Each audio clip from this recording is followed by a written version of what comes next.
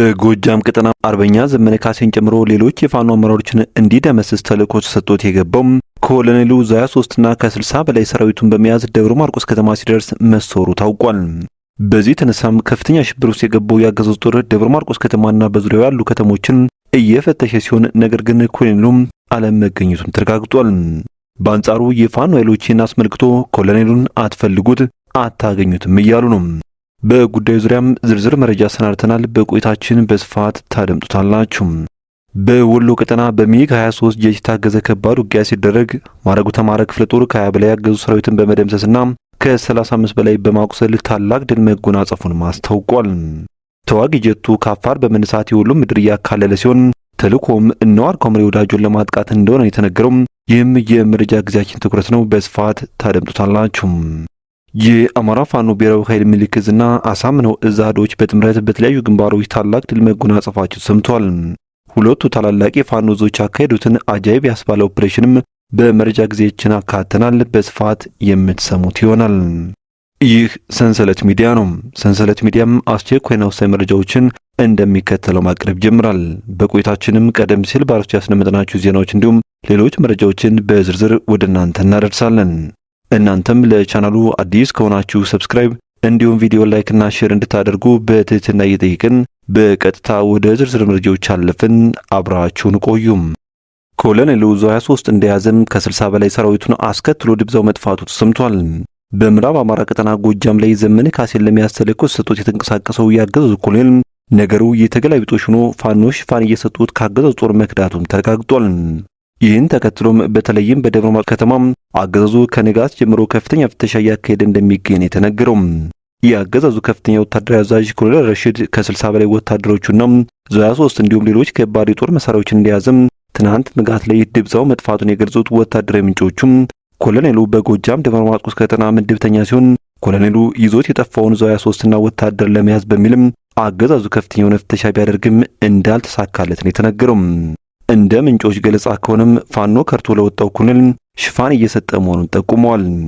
ይህን በሚመለከት የአማራ ፋኖ ብሔራዊ ኃይል ምዕራብ አማራ ቀጠና የቴዎድሮስ እዝ ህዝብ ግንኙነት በገጹ ባሰፈረው መልእክቱም ኮሎኔል ረሺድ ከደብረ ማርቆስ ከተማ በርካታ አባላትና መሳሪያ ይዞ ከርቷል።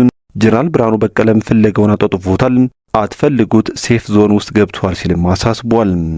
በአሁኑ ሰዓት የጠፋውን ኮሎኔል ለመያዝ ጀነራል ብርሃኑ በቀለ በሰጠው ትዕዛዝ መሰረት ከፍተኛ አሰሳ እየተደረገ ሲሆን ደብረ ማርቆስ ከተማን ጨምሮ በዙሪያው በሚገኙ ቀበሌዎች ጓዳ ለጓዳ ሳይቀር እየተፈለገ ቢሆንም ሊገኝ ግን አልቻለም። ከዚሁ ጋር ተያይዞ አንድ የፋኖ ከፍተኛ አመራር እንዳለውም ኮሎኔሉን ጨምሮ የከዱ ኃይሎች አስተማማኝ ቦታና ሁኔታ ላይ ሲደርሱም በሚዲያም እናቀርባቸዋለን ብሏል።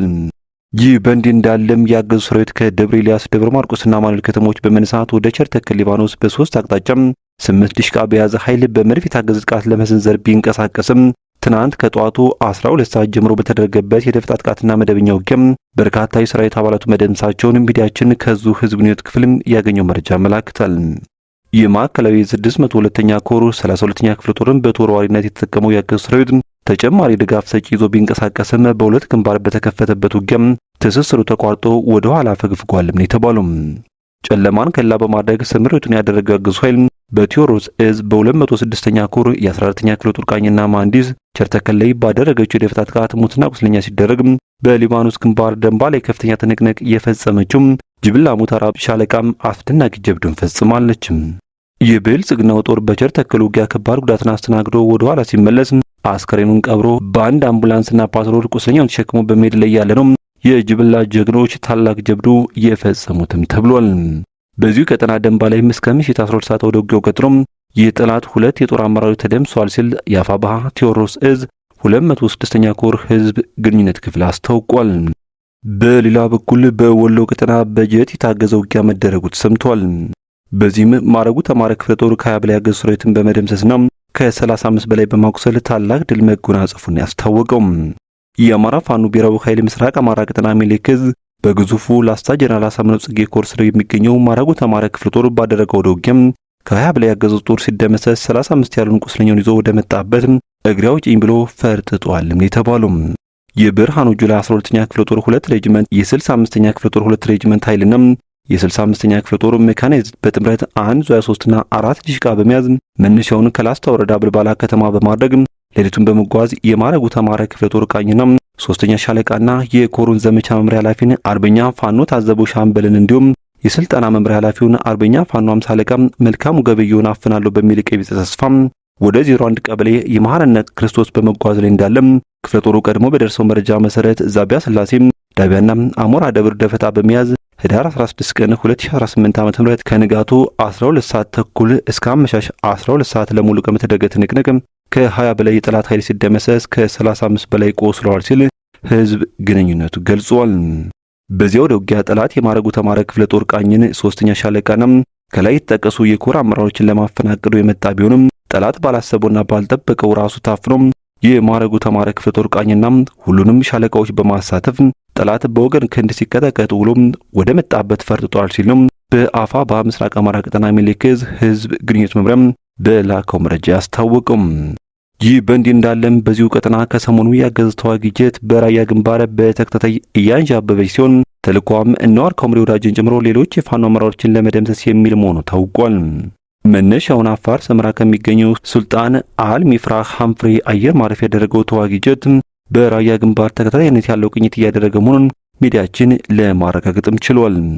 ተዋጊ ጀቱ ቅኝት ማድረግ ከጀመረ ከሳምንት በላይ ማስቆጠሩ ነው። ዞትር በተመሳሳይ እንቅስቃሴ እንደሚያደርግም ነው የታወቀው።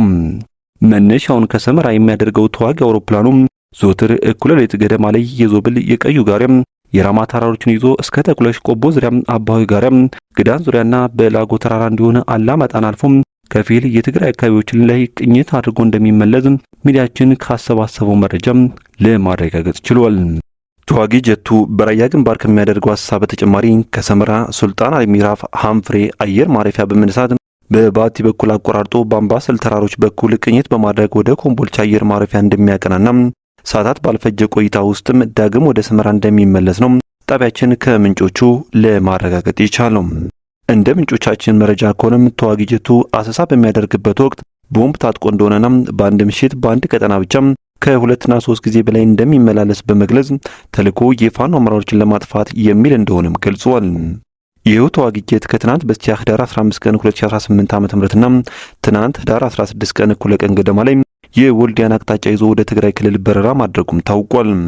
አገዛዙ በርከት ያሉ የሰዎች ስብስብ ካገኘ ጥቃት ከመፈጸም ወደ ኋላ እንደማይል ከዚህ ቀደም በፈጸማቸው ጥቃቶች ያሳየ ሲሆን ስለሆነም ማህበረሰቡ እንደ ገበያና የሃይማኖት ስፍራዎች እንዲሁም መሰል መሰብሰቢያ ስፍራዎች ላይ ልዩ ጥንቃቄ እንዲያደርግ ምንጮቻችን አሳስበዋል። ኦህዴድ መሩ የብልጽግና ቡድን ያለፈው ዓመት በአምባሰል ወረዳ የጀት ጥቃት ፈጽሞ እንደነበርም ይታወቃል።